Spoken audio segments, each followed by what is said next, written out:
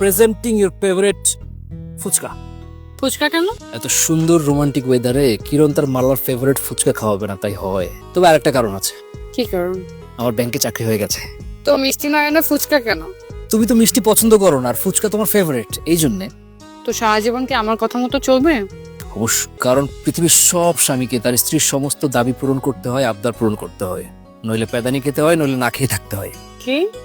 Yes. তবে রে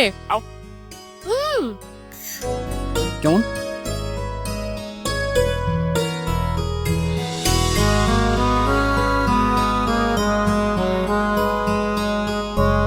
কিরে মামা, এত সুন্দর ক্রিকেট খেলা হচ্ছে, খেলা না দেখে এনে বসে আছে, সমস্যা কি? মন খারাপ কেন? কি হয়েছে? আর তোর খেলা ভাবতেছিলাম কি থেকে কি হয়ে গেল রে, বুঝতেছি না। এই জন্য জ্ঞানী লোকেরা বলেছেন, দাঁত থাকতে দাঁতের মর্যাদা দিতে হয়। এই যে তুমি মর্যাদা দাওনি। আমার দাঁতটা যদি ছোটবেলায় আমি গুরুত্ব দিতাম, তাহলে এত বড় দাঁত তো বল। জ্ঞানী লোক তো এই কথাও বলছে, এটা চুম্বকের দুই মেরু, যে প্রত্যেকটা চুম্বকের এক মেরু আকর্ষণ করলে আরেক মেরু বিকর্ষণ করে। ওরে মামা, তুমি তো হুমায়ুন আহমেদ স্যারের লেখার মতন কপি করলাম মামা। এবার সত্যি কথা বলি, এটাও তো হতে পারে তুমি যে ব্যথায় ব্যতীত হচ্ছ, আরেকজন সেই ব্যথায় ব্যতীত হতে পারে। মামা, আমরা উপরে যা দেখি সব সময় কিন্তু তা সত্য হয় না। সবার ক্ষেত্রে একই উদাহরণ খাটে না বন্ধু। কিন্তু তুই আমার সত্যি করে বল, তুই আর আব্বা ভিতরে ভিতরে কি করতেছিস?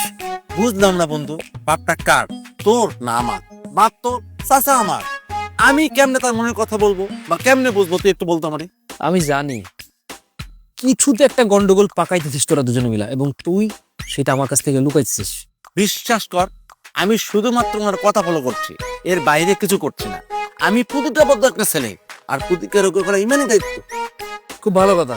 আমি খুব ভালো করে জানি তোর পেট থেকে কথা বের হবে না, আব্বার পেট থেকে কথা বের করা হবে না। আমি আব্বার পেট থেকে কেমনে কথা বের করতে হয় সেটা আমি ব্যবস্থা করতেছি, দেখ তুই গেলে। মামা, তুমি যদি গাছের ডালে ডালে চলো, চাচা কিন্তু শিরাই শিরাই, বুঝছো? চাচা কিন্তু কঠিন জিনিস। আর তুইও ভুলে গেছস আমিও কিন্তু ওই বাপেরই পোলা।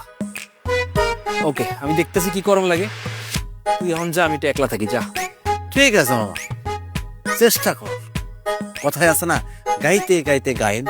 এরপর তুই দেবদাস হয়ে যাবি, গাছের নিচে বসে বাঁশি বাজাবি, পারেল চলে আসবে।